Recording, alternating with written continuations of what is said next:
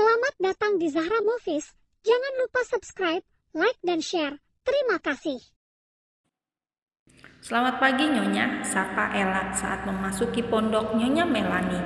Ella memilih langsung ke sana untuk menghindari Steve karena ia tidak mau membuat keributan saat Steve melihatnya sangat berantakan. Ella sadar saat Nyonya Melanie menatapnya. Ia merasa seperti ada suatu hal yang ingin beliau ucapkan namun tertahan. Saya tidak apa-apa Nyonya, saya hanya ingin meminjam kamar mandi. Boleh ya? Ucap Ella pelan. Lalu ia segera masuk ke dalam kamar mandi yang ada di pondok itu. Setelah beberapa saat Ella sudah selesai dengan aktivitasnya, ia langsung menghampiri Nyonya Melanie dan mulai menyiapkan makanannya. Kakak, panggil Jasmine membuka pintu ruangan Steve. Siang ini Jasmine memutuskan untuk menemui kakaknya di kantor. Aku tidak melarangmu untuk datang ke sini, tapi aku melarangmu keras bila kau membawa orang lain, ucap Steve dingin tanpa menatap ke arah Jasmine. Matanya masih fokus dengan layar monitor di depannya. Kak, dia bukan orang lain. Kak Klau ini tunangan kakak dan akan menjadi istri kakak, kata Jasmine. Seketika membuat Steve langsung menghentikan aktivitasnya.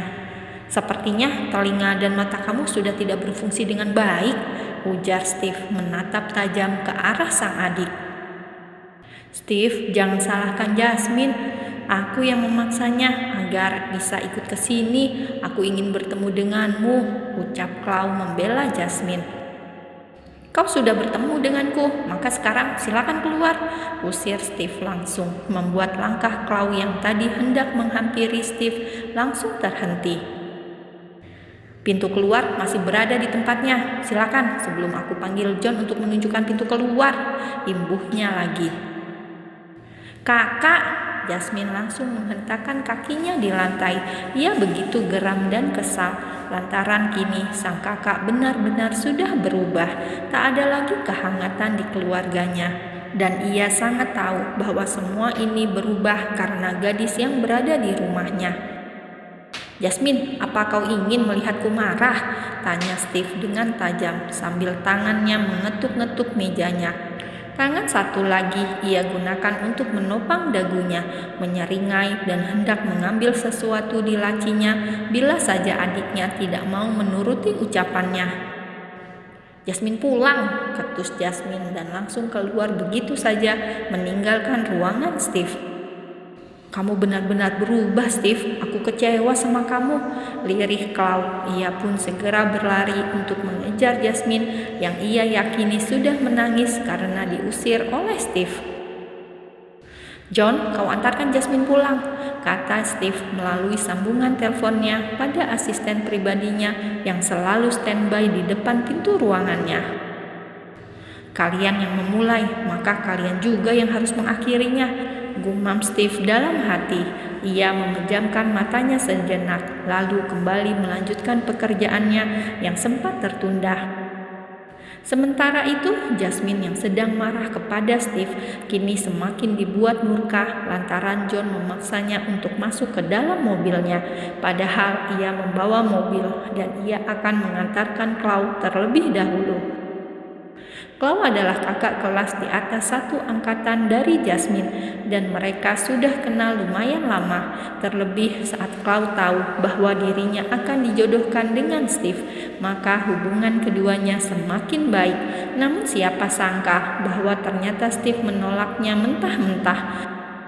Tidak hanya sekali dua kali ia mencoba membuat Steve melihatnya dan mencintainya. Namun memang Steve memiliki hati sekeras batu es yang begitu sulit untuk dilelehkan. Janu, panggil Ella dengan suara yang begitu senang saat akhirnya dirinya bertemu dengan sahabatnya. Ella, seru Janu tak kalah bahagia. Dengan cepat keduanya langsung berlari dan hendak memeluk. Dor, sebuah suara tembakan diikuti dengan suara bariton seseorang membuat keduanya mengurungkan niatnya. Aku mengizinkan kamu bertemu dengannya, bukan untuk membiarkanmu memeluknya. Kamu paham? bisik Steve dengan suara tegas dan menyeramkan, membuat Ella mengangguk sambil menelan salivannya dengan kasar. "Janu, bagaimana keadaan bapakku? Tidak apa kan? Semua baik-baik saja kan? Aku sangat merindukannya," ucap Ella begitu lirih sambil matanya melirik ke arah Steve yang tengah duduk tak jauh darinya. Steve menatap ke arahnya sambil menghisap rokok di tangannya dengan kaki yang ia topangkan pada kaki satu lagi. "Bapak kamu baik sih. Beberapa hari yang lalu emakku datang ke rumah." "Lah, bagaimana pekerjaan kamu?" tanya Janu penasaran. "Pekerjaanku baik dan semua lancar. Kurang 2 bulan lagi aku pasti bisa keluar dari sini. Aku udah gak sabar mau pulang." Steve yang melihat Ella menangis langsung beranjak dari duduknya. Ia langsung menghampiri Ella dan bersiap mengeluarkan pistolnya. Namun Ella yang menyadari itu dengan cepat menahan Steve. "Kenapa kau buat dia menangis, hah?" bentak Steve dan langsung menghajar Janu. "Tuan," jerit Ella dan langsung membantu Janu untuk bangun. "Berani kau menyentuhnya? Maka jangan salahkan, aku akan membuatnya cepat bertemu neraka," ancam Steve, membuat Ella mengurungkan niatnya untuk membantu Janu. "Tapi aku menangis bukan karena dia," seru Ella pada akhirnya memberanikan diri untuk bersuara melawan Steve. "Aku tuh kangen sama bapak, makanya aku menangis."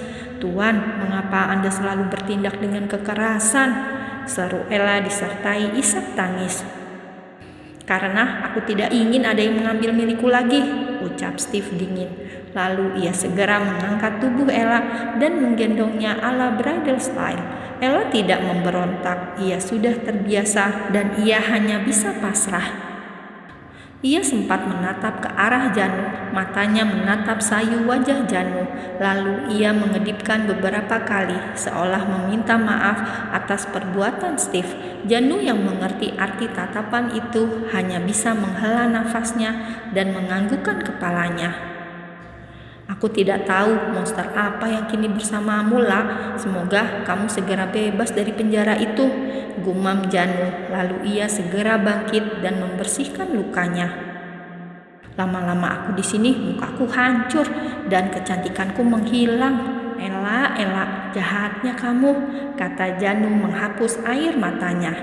"Lepaskan saya, Tuan, saya bisa jalan sendiri," ucap Ella berusaha turun dari gendongan Steve.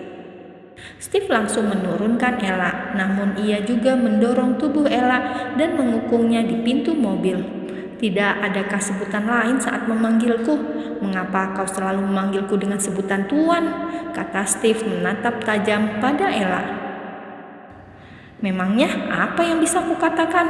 Tidak mungkin aku memanggilmu Nyonya kan? Tidak lucu, dan tidak mungkin aku memanggil jadi Nyonya Steve," kata Ella membuang muka ke samping. "Sepertinya itu cocok untuk panggilanmu, Nyonya Steve," katanya menyeringai, seketika membuat Ella langsung menatap ke arah Steve. "Baiklah, mulai sekarang kau harus memanggilku sayang, baby, atau bisa juga hubby. Tidak ada bantahan. Bila aku mendengarmu memanggilku dengan sebutan sebelumnya, maka jangan salahkan aku bila jiwa iblisku keluar," imbuh Steve. Lalu ia membuka pintu mobilnya dan menyuruh Ella segera masuk.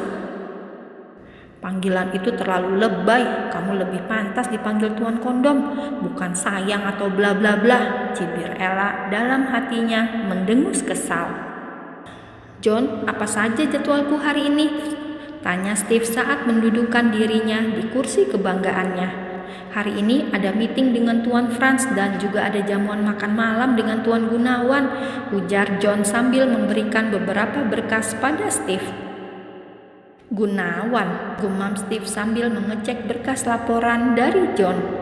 "Untuk merayakan keberhasilan kerjasama kita, Tuan, dan juga ia ingin berterima kasih kepada Anda." "Ah, baiklah, kau atur semuanya. Sekarang keluarlah." John menganggukkan kepalanya, lalu segera keluar dari ruangan Tuan Steve. Namun saat dirinya baru menutup pintu ruangan, ia sudah melihat Ella berdiri di depan ruangan hingga membuatnya sedikit terkejut. "Astaga Nona, mengapa Anda bisa di sini?" tanya John terkejut.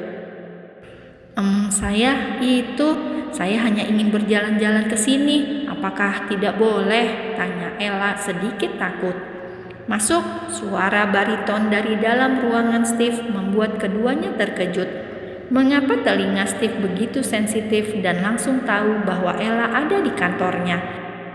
John membukakan pintu untuk Ella, lalu kembali menutupnya karena tidak ingin mengganggu. Sementara Ella yang sudah berada di dalam ruangan Steve langsung merasa begitu tegang dan kaku. Steve langsung beranjak dari duduknya dan menarik Ella ke pelukannya.